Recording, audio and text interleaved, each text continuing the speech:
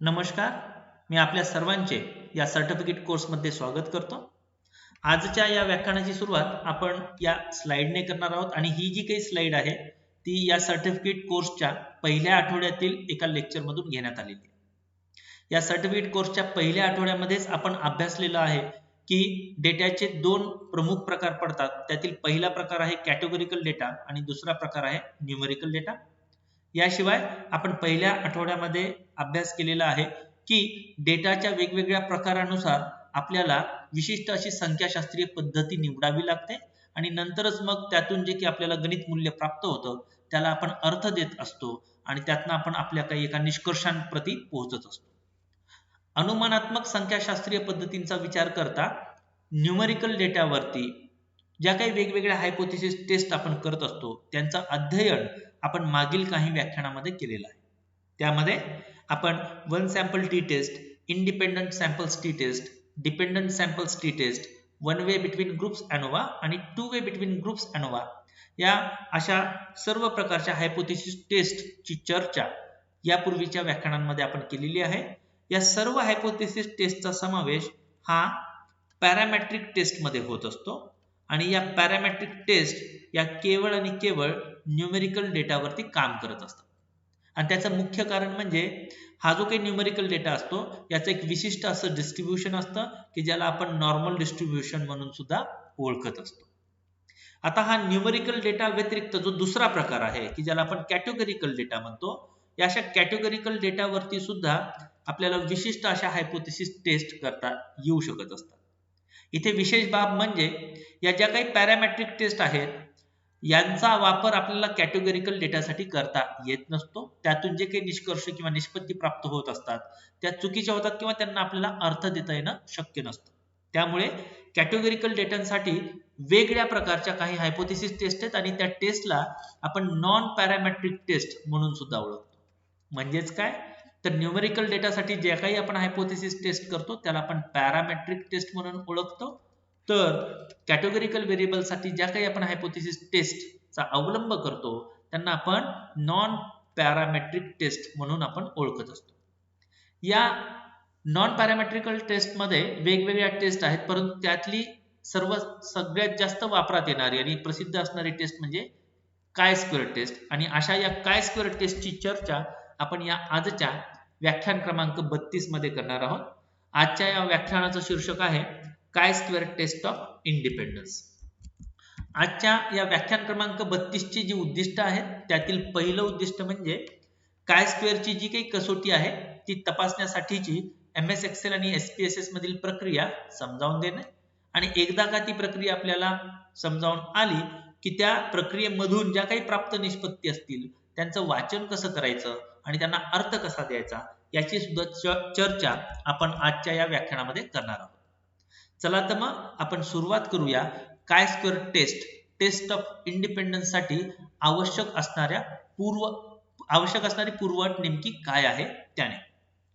काय square taste करण्यासाठी एकमेव अट आहे आणि ती म्हणजे आपली जी काही आधार सामग्री आहे त्याच्यामध्ये आपल्याजवळ किमान 2 प्रवर्गीय चल असणे आवश्यक आहेत, 2 कॅटेगोरिकल व्हेरिएबल्स असणे आवश्यक आहे. आता ही काय स्क्वेअर टेस्ट नेमकं कशाची चाचपणी करते, कशाची पडताळणी करते, तर काय स्क्वेअर टेस्ट ऑफ इंडिपेंडन्स ही जी काही कसोटी आहे याचा वापर आपण 2 प्रवर्गीय चल परस्परांपासून स्वतंत्र स्वचलित चल आहेत किंवा नाहीत याची चाचपणी करण्यासाठी आपण वापर करत असतो. म्हणजेच काय तर 2 कॅटेगोरिकल व्हेरिएबल्स ते इंडिपेंडंट आहेत किंवा नाही परस्परांपासून याची चाचपणी आपण या काय स्क्वेअर टेस्ट मध्ये करत असतो. या अधिक चांगल्या प्रकारे लक्षात येण्यासाठी पुढे जाऊन आपण एक उदाहरण सुद्धा पाहणार आहोत.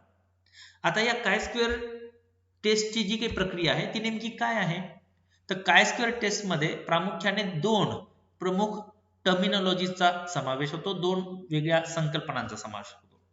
त्यातली पहिली संकल्पना आहे ऑब्झर्व्ड सेल फ्रिक्वेन्सीज. याचा अर्थ इतकाच आहे की जे काही 2 कॅटेगोरिकल व्हेरिएबल्स आहेत त्याचे प्रत्यक्ष निरीक्षण केलेले जे काही मूल्य आहेत ना त्या मूल्यांना आपण ऑब्झर्व्ड सेल फ्रिक्वेन्सीज असं म्हणतो. दुसरा एक जी काही टर्मिनॉलॉजी आहे ती आहे एक्सपेक्टेड सेल फ्रिक्वेन्सीज. याचा अर्थ इतकाच आहे की या एक्सपेक्टेड सेल फ्रिक्वेन्सीज मध्ये दोन प्रवर्गीय चलांमध्ये काहीही संबंध किंवा साहचर्य नसताना प्राप्त होऊ शकणाऱ्या पॉसिबल अशा मूल्यांचा समावेश केलेला असतो. एकूणच काय तर काय स्क्वेअर टेस्टसाठी ऑब्झर्व्ड सेल फ्रिक्वेन्सीज आणि एक्सपेक्टेड सेल फ्रिक्वेन्सीज या दोन गोष्टी फार महत्वाचं काम करत असतात आणि या दोन गोष्टींच्या फरकामधूनच आपल्याला काय स्क्वेअर टेस्टचं एक विशिष्ट असं व्हॅल्यू मिळत असतं, एक मूल्य मिळत असतं की ज्या मूल्याच्या आधारे आपण आपलं नल हायपोथेसिस हे रिजेक्ट करत असतो किंवा ऍक्सेप्ट करत असतो. तर आता हे नेमकं कशा पद्धतीनं काम करतं यासाठी आपण एक उदाहरण पाहूया. या ठिकाणी काय स्क्वेअर टेस्टसाठी एक उदाहरण आपण दिलेलं आहे.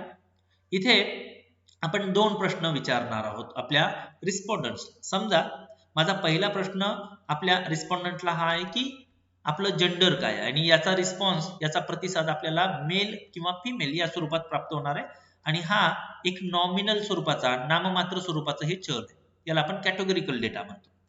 दुसरं चल आहे की तुमची smoking habit, whether you are smoker or not, आणि याचं जे उत्तर आहे आपल्याला यस किंवा नो या स्वरूपात मिळणार आहे. हा सुद्धा जो काही चल आहे तो नॉमिनल स्वरूपाचा आहे, हा सुद्धा कॅटेगोरिकल स्वरूपाचा आहे.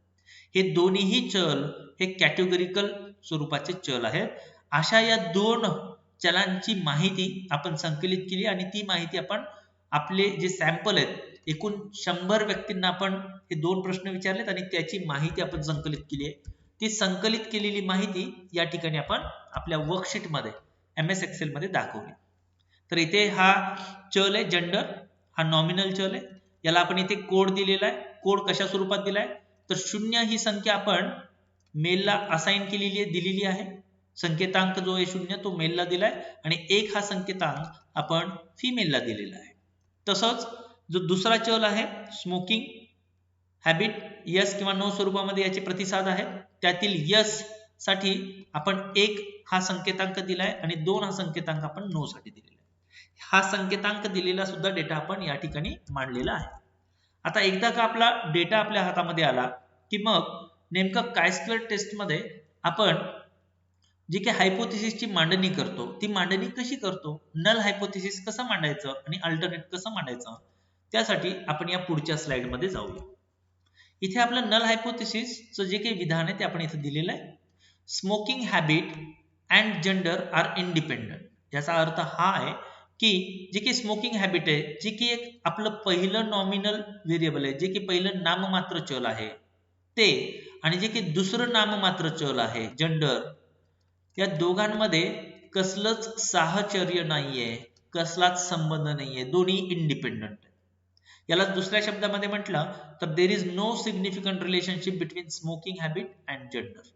एकंदरीत कोणत्याही दोन प्रवर्गीय किंवा ज्याला आपण कॅटेगोरिकल म्हणतो वर्गीकृत चलांना जर आपण घेतलं आणि त्यांच्यामध्ये काही संबंध आहे किंवा नाही याचा आपण शोध घेत असू तर त्या अशा ठिकाणी आपण काय स्क्वेअर टेस्टचा वापर करत असतो.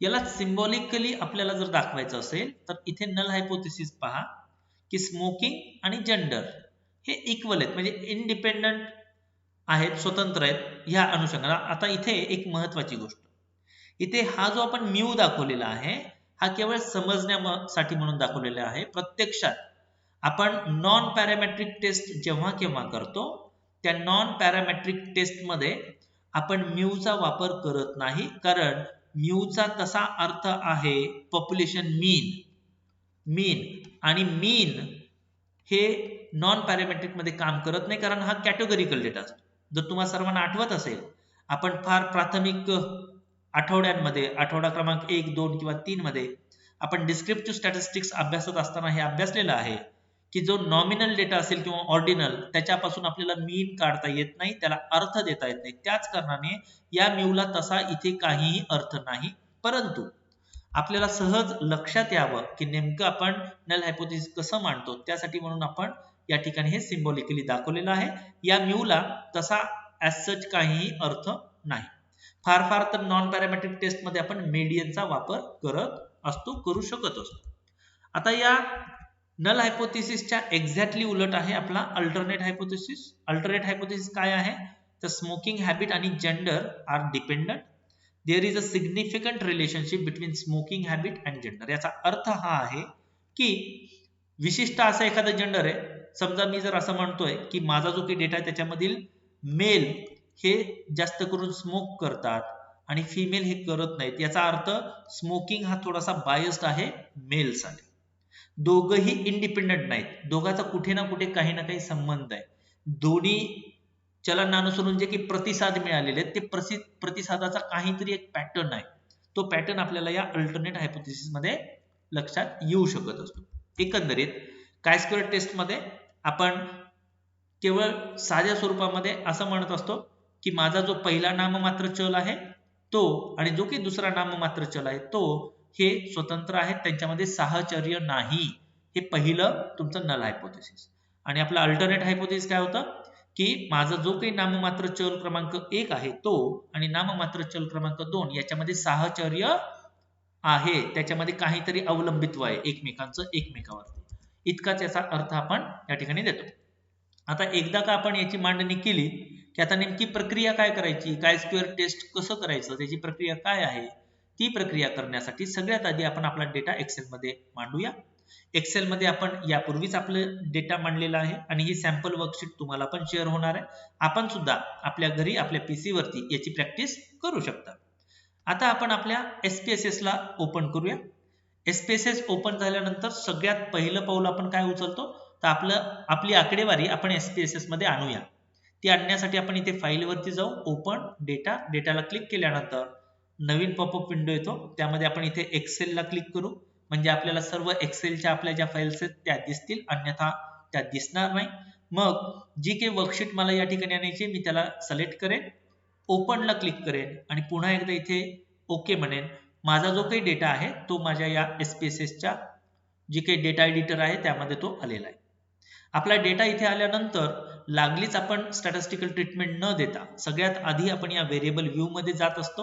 व्हेरिएबल व्ह्यू मध्ये गेल्यानंतर आपण आपल्या सर्व चलांची चाचपणी करतो, त्यांना लेबल्स देतो, जिथे जिथे आवश्यक आहे तिथे तिथे आपण कोड देतो.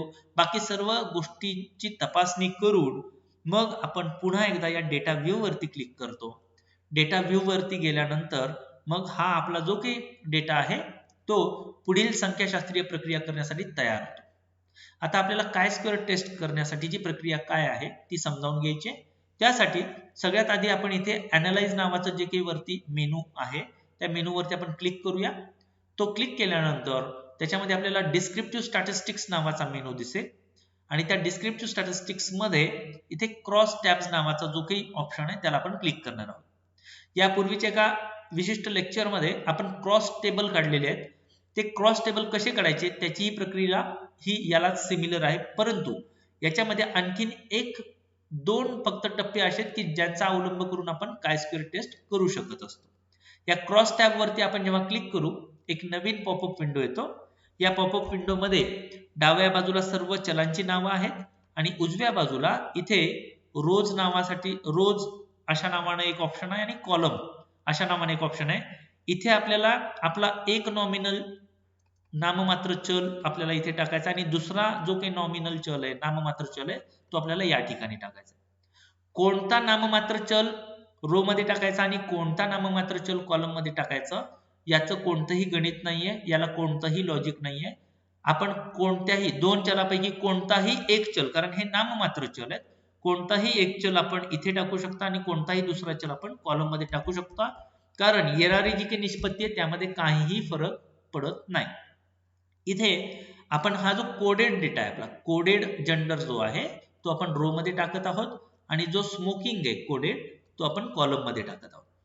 हे टाकल्यानंतर जर मी या ओके वरती प्रेस केलं तर मला क्रॉस टेबल प्राप्त होतो की ज्याची चर्चा आपण फार पूर्वी दुसऱ्या तिसऱ्या आठवड्यामध्ये केलेली आहे. परंतु इथे आपल्याला काय स्क्वेअर टेस्ट करायचं आहे. काय स्क्वेअर टेस्ट करण्यासाठी म्हणून इथे उजव्या बाजूला स्टॅटिस्टिक्स नावाचं एक आपल्याला एक स्वतंत्र मेनू दिसेल, त्यावरती आपण क्लिक करूया. क्लिक केल्यानंतर एक नवीन पॉपअप विंडो तयार होतो आणि या पॉपअप विंडो मध्ये इथे आपल्याला काय स्क्वेअर दिसतं. या काय स्क्वेअरला आपल्याला सिलेक्ट करायचं आहे. सिलेक्ट केल्यानंतर आपण या कंटिन्यू वरती क्लिक करणार आहोत. पुन्हा लागलीच आपण ओके वरती न जाता त्या स्टॅटिस्टिक्सच्या खाली सेल्स नावाचं एक ऑप्शन दिसतं, त्या सेल्स वरती आपण क्लिक करूया. क्लिक केल्यानंतर याच्यामध्ये आपल्याला इथे काउंट्स, 2 काउंट्स घ्यायचे आहेत. एक आहे ऑब्झर्व आणि दुसरा आहे एक्सपेक्टेड. जर तुम्हाला आठवत असेल तर या व्याख्यानाच्या अगदी सुरुवातीच्या स्लाइड्समध्ये आपण ऑब्झर्व्ड सेल फ्रिक्वेन्सी आणि एक्सपेक्टेड सेल फ्रिक्वेन्सी या 2 टर्मिनॉलॉजीज आपण तुम्हाला सांगितलेल्या आहेत. त्या इथं क्लिक केल्यानंतर आपल्याला त्या पद्धतीचा ती आकडेवारी प्राप्त होते. मग आपण इथे कंटिन्यू वरती क्लिक करू आणि पुन्हा ओके वरती आपण जर क्लिक केलं तर आपल्याला 3 वेगवेगळे इथे टेबल मिळतात. त्यातील हा पहिला टेबल, हा दुसरा टेबल आणि त्यानंतर इथे खाली आपल्याला हा तिसरा टेबल प्राप्त होतो. बरोबर आहे. यातील हा जो तिसरा टेबल आहे तो आपल्याला काय स्क्वेअर टेस्टच्या विषयीची माहिती देतो. तिथं तो आपल्याला एक पी व्हॅल्यू देतो की ज्या आधारे आपण एक निर्णय घेत असतो, हायपोथेसिस स्वीकारायचं किंवा नाकारायचं. यातील हा जो पहिला टेबल आहे हा केवळ आपल्याला व्हॅलिड केसेस सांगतो की बाबा समरी की नेमकं एक्झॅक्टली किती लोकांची ही माहिती आहे याच्याविषयी माहिती आहे, सर्वसाधारण माहिती आहे.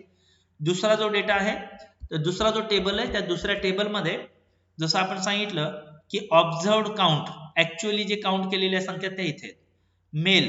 मेलमध्ये 36 मेल स्मोकर आहेत, 10 मेल हे नॉन स्मोकर आहेत आणि एकूण मेल्सची संख्या आहे 46. फिमेलच्या बाबतीत 16 फिमेल अशा आहेत की ज्या स्मोक करतात आणि 38 फिमेल्स आहेत की ज्या स्मोक करत नाहीत. एकूण संख्या 54. शिवाय ज्या दुसऱ्या रो मध्ये आपण एक्सपेक्टेड काउंट बघतो की अपेक्षित जे काउंट आहेत ते 23.9 म्हणजे अराउंड 24, इथे 22.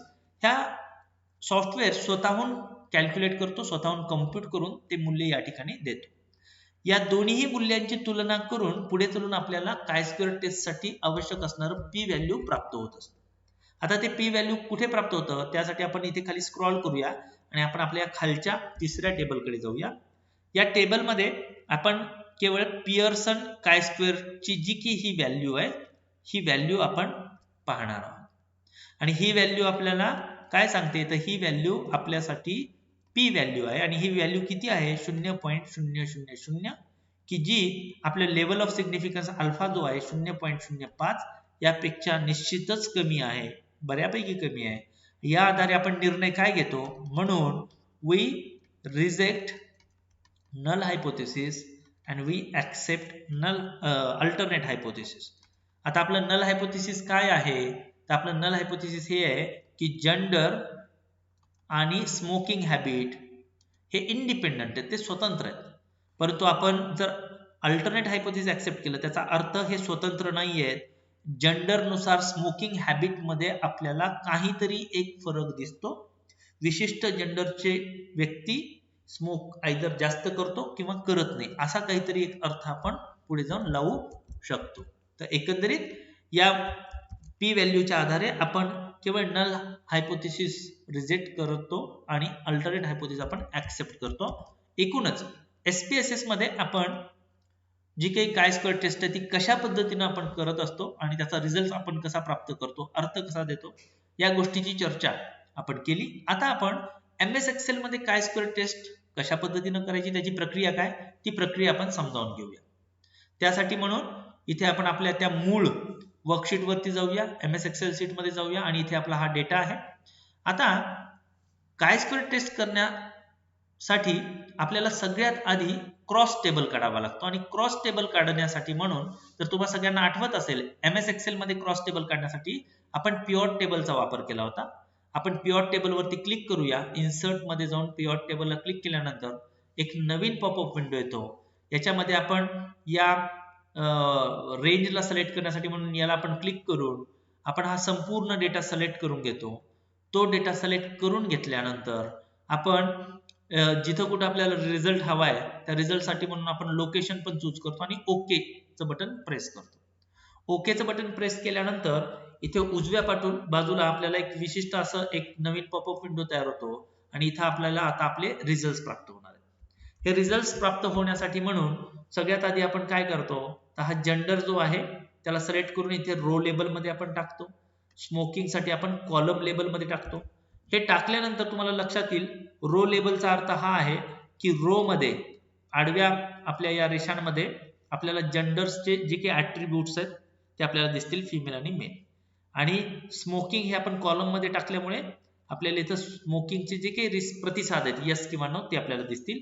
आता इथे कोणत्याही संख्या नाही आहेत, त्या संख्या प्राप्त होण्यासाठी म्हणून आपण पुढे काय करतो, हे सिरियल नंबर जो आहे तो आपण या ठिकाणी व्हॅल्यूज मध्ये टाकतो.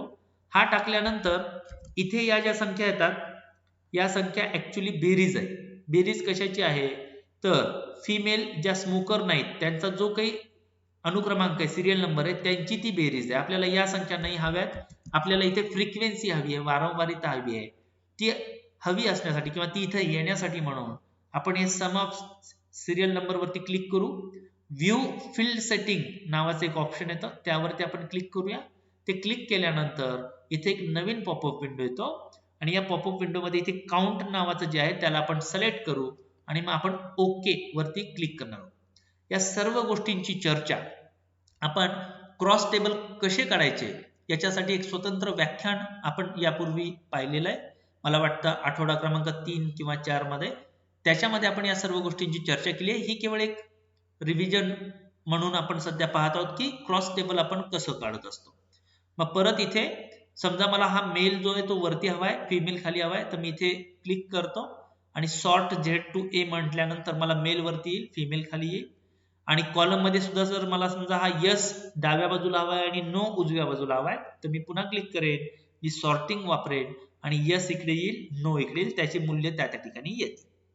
तुम्ही नो अलीकडे ठेवला किंवा फिमेल वरती जरी ठेवलं काहीही फरक पडत नाही. जी काही निष्पत्ती येणार आहे, उत्तर येणार आहे, ते आपल्याला त्याच पद्धतीने मिळतं. आपण फक्त त्यांचे लोकेशन्स या ठिकाणी बदलत आहोत. आता हा आपल्याला क्रॉस टेबल प्राप्त झालेला आहे.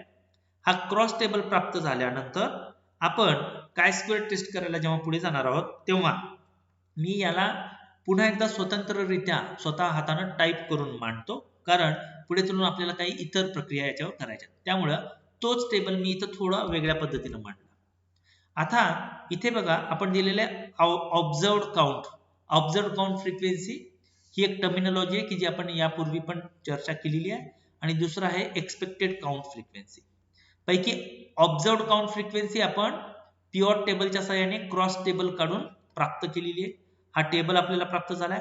आता आपल्याला एक्सपेक्टेड काउंट्स काढायचे आणि त्या एक्सपेक्टेड काउंट साठीचं जे सूत्र आहे ते आहे रो टोटल गुणिले कॉलम टोटल भागिले ग्रँड टोटल. याचा अर्थ काय, याचा अर्थ समजण्यासाठी सगळ्यात आधी आपण इथलं एक्सपेक्टेड काउंट काढूया, मेल की जे स्मोक करतात.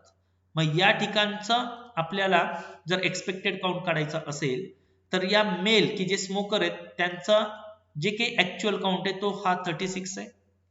याची रो टोटल म्हणजे आडव्या या रेषेची टोटल किती आहे, 46. त्यामुळे इथे आपण या ठिकाणी या बॉक्समध्ये आपण 46 गुणिले या 36चं कॉलम टोटल किती आहे, ती आहे 52 गुणिले 52 भागिले ग्रँड टोटल किती आहे, ग्रँड टोटल म्हणजे ही वरती टोटल ती आहे 100. हा गुणाकार आणि भागाकार केल्यानंतर आपल्याला या ठिकाणची जे मेल आहेत की जे स्मोकर आहेत त्यांचा एक्सपेक्टेड काउंटची फ्रिक्वेन्सी आपल्याला प्राप्त होते. मग ती गणितीय स्वरूपात करण्यासाठी आपण इथे काय करतो, आपण इक्वल टू चं साइन देतो. इथे हा जो K3 आहे, K3 म्हणजे काय, तर हा रो टोटल K3. आपण फक्त आपलं कर्सर नेऊन इथं क्लिक करतो, आपण बरोबरचं चिन्ह देतो आणि मग कंसामध्ये आपण काय करतो, या K3 ला फक्त सिलेक्ट करतो. आपण गुणाकाराचं चिन्ह हे जे काही स्टार आहे तो आपल्या कीबोर्डच्या सहाय्याने देतो. शिवाय आपण हा कॉलम टोटल जे त्याला फक्त क्लिक करतो, कंस बंद करून आपण भागाकाराचं चिन्ह देतो. भागाकाराचं चिन्ह दिल्यानंतर आपण फक्त सिम्पली या ग्रँड टोटल वरती क्लिक करतो. हे केल्यानंतर जर आपण एंटर बटन दाबलं तर आपल्याला एक्सपेक्टेड काउंट मिळतो. तो एक्सपेक्टेड काउंट किती आहे, 23.92. हा कशाच्या आधारे निघाला, तर हा या ज्या काही टोटल संख्या त्याच्या आधारे आपल्याला एक्सेल एक्सपेक्टेड काउंट किती असला पाहिजे ते काढून देतो. याच पद्धतीने आपण पुढे जाऊया. आता फिमेल साठी, फिमेल की ज्या स्मोकर आहेत, तर हा 16 साठीचा जो काही रो टोटल आहे ती ही आहे, कॉलम टोटल ही आहे आणि ग्रँड टोटल ही आहे. यांचा गुणाकार भागाकार केला आपण सूत्राच्या सहाय्याने योग्य ठिकाणी बरोबर क्लिक करत, सेल्स त्यांना क्लिक करत, तर आपण जर पुढे जाऊन एंटर दाबलं तर आपल्याला एक्सपेक्टेड काउंट मिळतो. तसंच आपण या बाकीच्याही मेल जे नॉन स्मोकर आहेत आणि फिमेल ज्या नॉन स्मोकर आहेत त्याच्यासाठी आपण त्या ठिकाणी जाऊन त्या सेल्सला जर सिलेक्ट केलं तर तर आपल्याला एक्सपेक्टेड काउंट प्राप्त होतात या सूत्राच्या आधारे. हे झाल्यानंतर आपण यांची बेरीज करूया. मग इथे आपण या एक्सपेक्टेड काउंटची बेरीज केली, ती या ठिकाणी मांडली. इथे आपल्या ऍक्च्युअल काउंटची बेरीज आहे.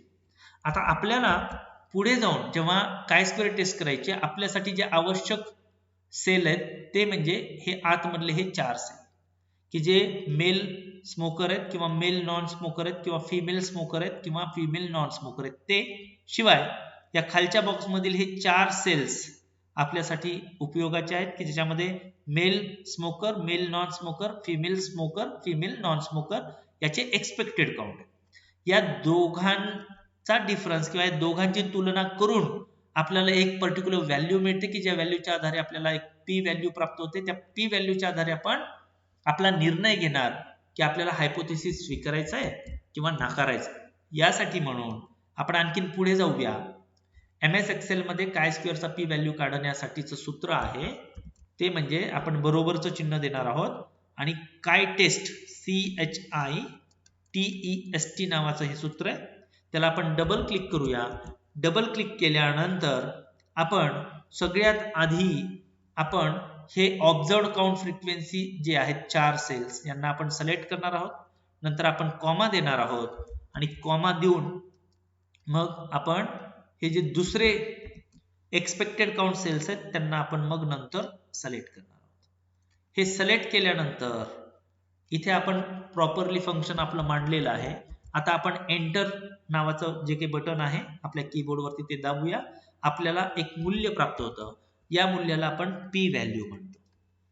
आता इथे आणखीन एक महत्वाची गोष्ट, जेव्हा केव्हा आपल्याला MS एक्सेल मध्ये अशा पद्धतीचं व्हॅल्यू मिळतं की ज्या गणितीय मूल्यामध्ये कुठेतरी असा एखादा इंग्रजी आद्याक्षर असतं, डॅश असतं आणि पुढे 06, 05, 04 अशा संख्या असतात आणि अलीकडे 1.22 जे की एखादी संख्या, अशा संख्यांचा अर्थ हा असतो की हे पी व्हॅल्यू असं नाहीये की 1.22 हे ग्रेटर दॅन 0.05 आणि त्यामुळं आपण पुढचे निर्णय घेऊ शकत नाही. हे 1.22 नसून ही संख्या एका वेगळ्या पद्धतीने आपल्या समोर आलेली आहे, एका वेगळ्या फॉर्म्युल्यामध्ये आपल्याला आपल्या समोर आलेली आहे. जेव्हा केव्हा आपल्याला एखादा असा इंग्रजी अल्फाबेट याच्या आतमध्ये दिसेल तेव्हा अगदी आपण असं समजायचं की ही संख्या हायली सिग्निफिकंट म्हणजे 0.000 आणि मग पुढे जाऊन कुठेतरी 1 किंवा 2 आणि अशा तत्सम संख्या असतात. जेव्हा एखादी संख्या प्रचंड अशी फार मोठ्या प्रमाणात इकडे शून्य आहेत आणि नंतर जाऊन एखादी संख्या आहे तेव्हा ती संख्या या पद्धतीने आपल्याला व्यक्त होत असते MS एक्सेल मध्ये केवळ. त्यामुळं अशा ठिकाणी आपण काळजी करायची की ही संख्या या केवळ 1.22 च्या आधारे निर्णय न घेता काळजीपूर्वक आपण त्याला एका साध्या संख्येमध्ये सुद्धा कन्वर्ट करू शकतो किंवा आपण 0.00 म्हणून याला कन्सिडर करून पुढील निर्णय प्रक्रियेमध्ये आपण जाऊ शकतो. आता या संख्येला आपल्याला मूळ संख्येत आणायचंय, ते आणण्यासाठी म्हणून एक पद्धती आहे. ती कोणती पद्धती आहे? या सेल वरती जाऊन राईट क्लिक करा. कर्सरच्या सहाय्याने राईट क्लिक केल्यानंतर आपण इथे फॉर्मॅट सेल्स नावाचं एक ऑप्शन दिसेल, त्यावरती आपण क्लिक करूया. त्या ऑप्शन मध्ये गेल्यानंतर आपण इथे एक नंबर नावाचा ऑप्शन दिसेल, त्याला आपण क्लिक करू. क्लिक केल्यानंतर एक नवीन पुन्हा तुम्हाला काही ऑप्शन्स इथे दिसतील. याच्यामध्ये आपण इथे मुद्दामून हे 6 ही संख्या टाकणार आहोत. का टाकायची संख्या? तर या इथं प्राप्त झालेल्या संख्येमध्ये इथे पहा आपल्याला E-06 असा आहे. याचा अर्थ आहे की 6 डिजिट शून्य आल्यानंतर 6वा डिजिट जो असेल ती कोणती तरी एक संख्या आपल्याला प्राप्त होणार आहे. बरोबर आहे. ही 6 संख्या टाकल्यानंतर आपण ओके वरती क्लिक करूया. ओके वरती जेव्हा मी इथे क्लिक करतो तेव्हा मला ती संख्या प्राप्त होते आणि ही संख्या काय 0.000001 आणि ही 0.05 पेक्षा कितीतरी पटीनं छोटी संख्या आहे. म्हणून आपण नल हायपोथेसिस रिजेक्ट करतो आणि आपण अल्टरनेट हायपोथेसिस हे ऍक्सेप्ट करतो. याचाच अर्थ हा आहे की जेंडर आणि स्मोकिंग हे इंडिपेंडंट नसून ते डिपेंडंट आहेत, दोघांमध्ये काही ना काही संबंध आहे. अशा या अर्थाप्रती, अशा या निष्कर्षाप्रती आपण पोहोचू शकत असतो. आता या शेवटच्या स्लाइडमध्ये आपण MS एक्सेलचं जे काही आउटपुट आहे इथे आपल्याला पी व्हॅल्यू प्राप्त झालेलं आहे. शिवाय काय स्क्वेअर मध्ये सुद्धा इथे आपल्याला पी व्हॅल्यू प्राप्त झालेले आहे आणि दोघांमध्ये जे की पी व्हॅल्यू प्राप्त झालेलं आहे ते 0.00 आहे की जे 0.05 पेक्षा कमी आहे. दोघांमध्येही रिझल्ट सारखाच मिळतो. केवळ ज्या सॉफ्टवेअरमध्ये किंवा SPSS किंवा MS Excel ज्याच्यामध्ये आपल्याला करणं सोपं वाटतं त्या याच्यामध्ये आपण आपलं काय स्क्वेअरची टेस्ट करू शकत असतो. मला आशा आहे की आजच्या या व्याख्यानामध्ये नेमकं काय स्क्वेअर टेस्ट आपण कशा पद्धतीनं करत असतो MS Excel आणि SPSS मध्ये त्याची प्रक्रिया आपल्या सर्वांना लक्षात आली असेल. इथे आपण आपल्या शेवटच्या स्लाइड वरती आहोत. इथे आपलं नल हायपोथेसिस आहे की जे की आपलं नाममात्र एक चल आहे ते दुसऱ्या नाममात्र चलापेक्षा त्या दोघांमध्ये साहचर्य नाहीये. दोघही इंडिपेंडंट आहेत, स्वतंत्र आहेत.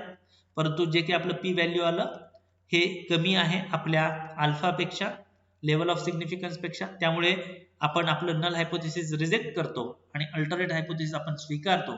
आपलं अल्टरनेट हायपोथेसिस हे आहे की आपलं जे की नाममात्र चल आहे पहिलं स्मोकिंग हॅबिट ते आणि जेंडर की जे आपलं दुसरं नाममात्र चल आहे त्या दोघांमध्ये साहचर्य आहे, दोघांमध्ये काही ना काही संबंध आहे. तर या पद्धतीनं आपण या आलेल्या निष्पत्तींना अर्थ देत असतो, यांचं वाचन करत असतो. मला आशा आहे की आजच्या या व्याख्यानामध्ये काय स्क्वेअर टेस्ट ऑफ इंडिपेंडन्स नेमक्या कशा पद्धतीने आपण परफॉर्म करत असतो, कोणत्या चलांवरती आपण परफॉर्म करत असतो, या अशा सर्व गोष्टी आपल्या सर्वांना लक्षात आल्या असतील. आजच्या व्याख्यानापुरता आपण इथेच थांबूया. लवकरच भेटूया पुढच्या व्याख्यानामध्ये. धन्यवाद.